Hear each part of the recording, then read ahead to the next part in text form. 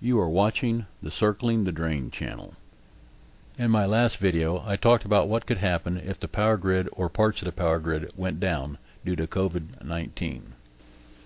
In this video, I'm going to talk about what could happen if everyone had to go into self-quarantine. What I'll be describing here could depend on how long the COVID-19 outbreak lasts, and for what I'm reading and hearing, it could be quite a while. So after hearing how bad COVID-19 is, you and your family have decided to stay home and hunker down. As the old saying goes, the three most important things in real estate are location, location, location. And the same can be applied here. Where is your home located? Do you live in a house, apartment, or a condo? Do you live in a small, medium, or large, or very large city? Do you live in a rural or country area? Again, location, location, location. Where you live will have a significant impact on how you should prepare for hunkering down. If you live in a house, you would prepare differently than you would if you live in an apartment or a condo. And if your house is located in the country, you would prepare differently than you would if it was located in the city. You'll need to take different approaches for your hunkering down depending on where your house is located. If the infrastructure crumbles and utilities go down, a high-rise apartment building or condominium may be your tomb.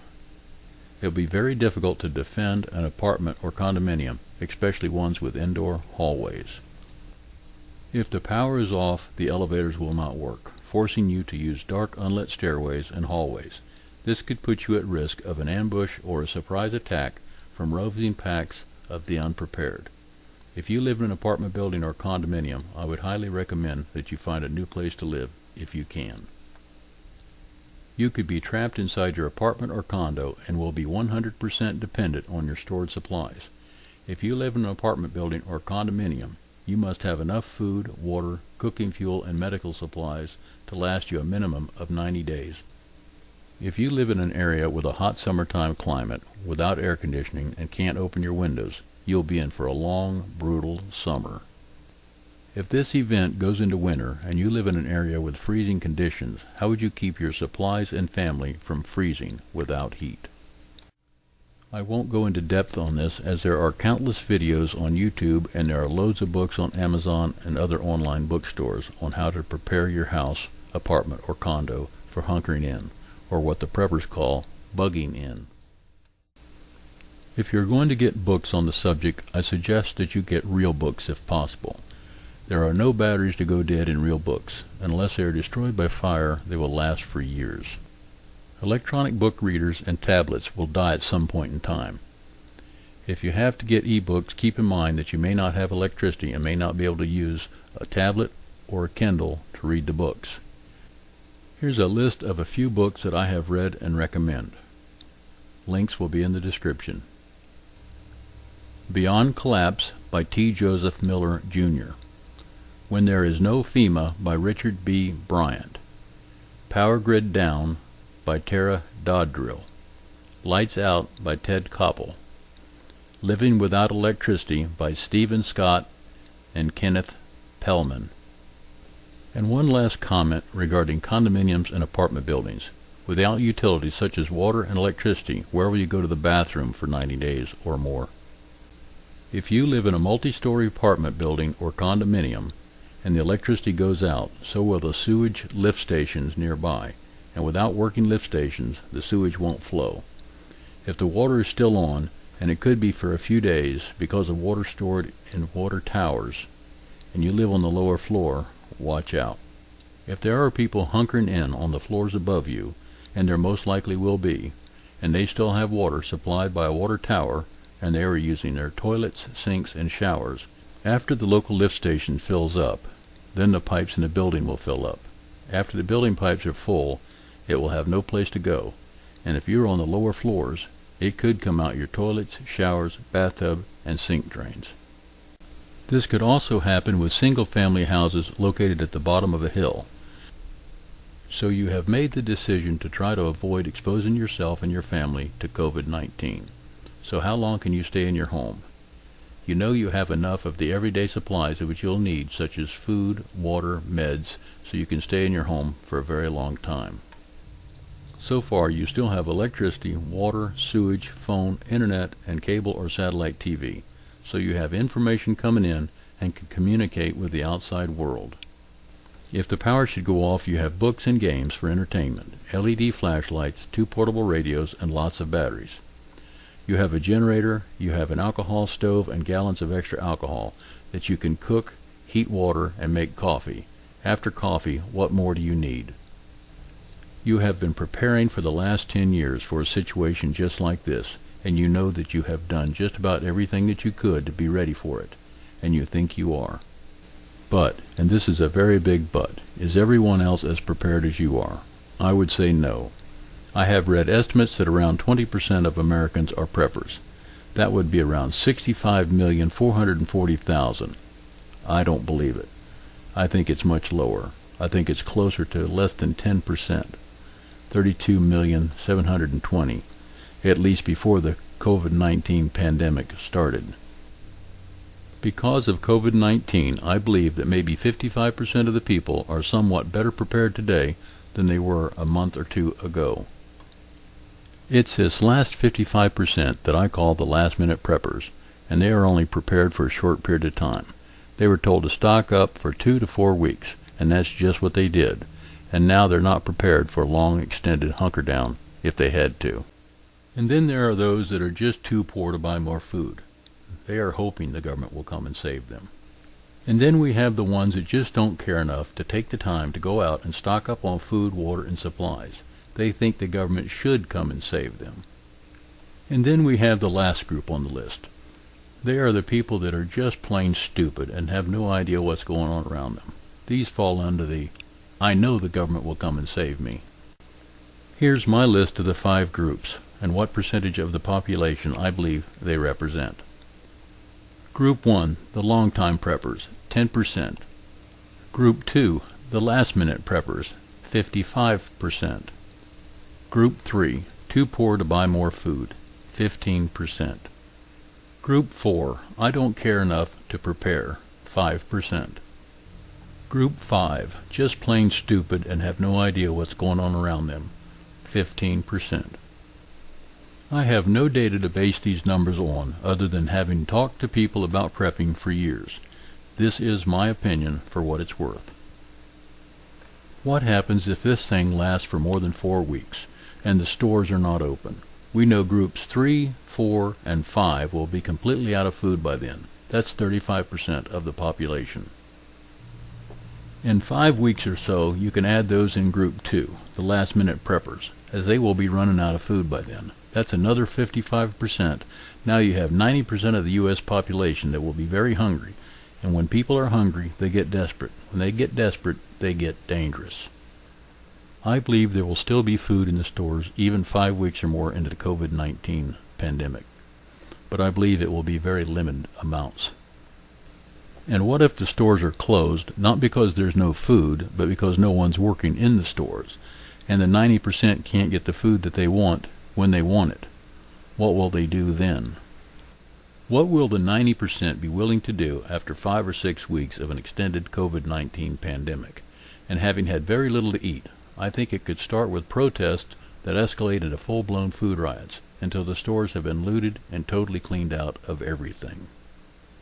And don't forget, some of them will be raiding the liquor stores. And if you think hungry and desperate people are dangerous, just wait until they are hungry, desperate, and drunk. After the stores are cleaned out, what will the 90% do? If the COVID-19 pandemic were to last long enough, I believe some of the people from groups 2, 3, 4, and 5 would form hunter-scavenger packs that will go out looking for anyone that may still have food, and they won't be asking for it nicely. If you live in a medium to large city or town, I would suggest looking for another place to live. If you can't, then I would suggest not letting anyone, even your friends, know about your preps. When people get hungry, they get desperate. When they get desperate, they get dangerous, even friends. At this point, you need to ask yourself, what would I be willing to do to keep my kids from starving? You need to have a plan for defending yourself, your house, your supplies, and most of all, your family. I put defending yourself first because if you are injured or dead, You can't do much to defend the other three.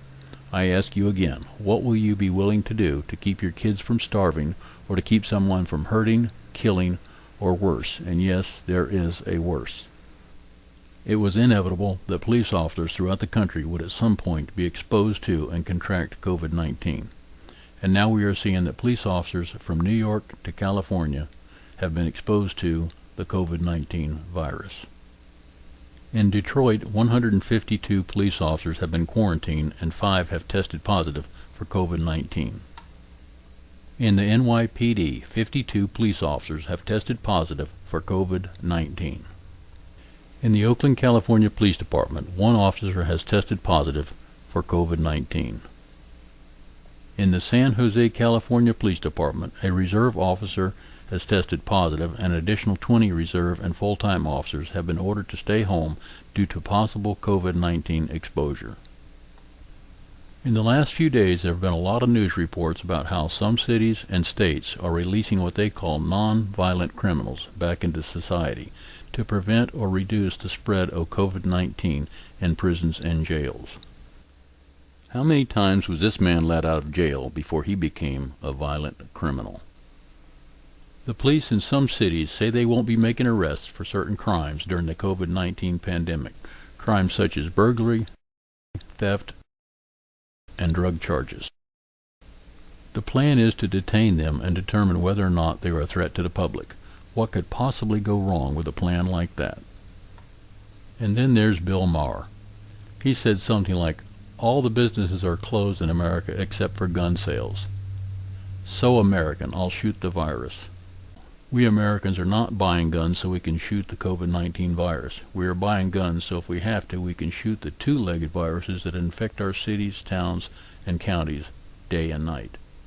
It could even be some of the same ones that are being released back into our cities and towns, and others that after hearing they won't be arrested for committing crimes will think that they have free rein to do whatever they want, whenever they want, to whoever they want, wherever they want. As this pandemic grows, we will have fewer and fewer police officers spread thinner and thinner across more and more of our cities and counties. Anyone that has ever had to call 911 knows that the police can't be everywhere all the time, and with fewer police officers on the job, it will take longer for them to respond to your 911 call. No, Bill, we Americans are not buying guns to shoot the virus. Some of us real Americans understand that we have a duty to our families to protect them, to protect our homes, and to protect ourselves. You and some of the others in Hollywood may have tall walls around your houses and big locks on the doors, but you need to remember, walls around a house and locks on the doors are there to help protect the ones on the inside, but walls and locks only buy you time. If you are not well armed and trained to protect yourself, then the time that the walls and locks buy you may not be enough time for the police to get there. Try and keep a low profile. You may have to keep the windows and curtains closed as much as you can. Try not to let light show through the curtains at night. If you have a generator, don't run it inside your house, garage, utility room, or any enclosed structure. Only run it outside, well away from windows, doors, and fresh air vents to the house. Keep in mind that generators make noise, and noise will attract people. And if people can hear your generator, they will think, what else do you have that they don't have? If you are cooking on an alcohol stove, gas stove, or a barbecue grill, do it outside. Like a generator, never use stoves or barbecue grills inside an enclosed structure. Generators and stoves can kill you and your family dead if used inside an enclosed structure, and you will be dead for a very long time. One last thing about cooking outdoors is the smell. It will go a long ways, and it could attract unwanted visitors, and the last thing you want to do is attract very hungry, desperate, and dangerous people to your house. So be very careful as to what you cook. Even the smell of wood or burning charcoal could attract unwanted visitors. It's like you are ringing a dinner bell.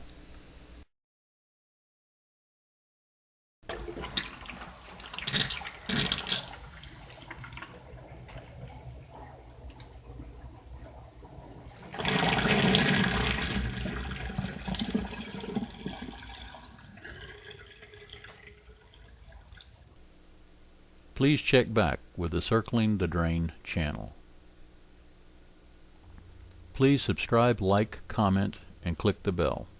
Thanks for watching Circling the Drain.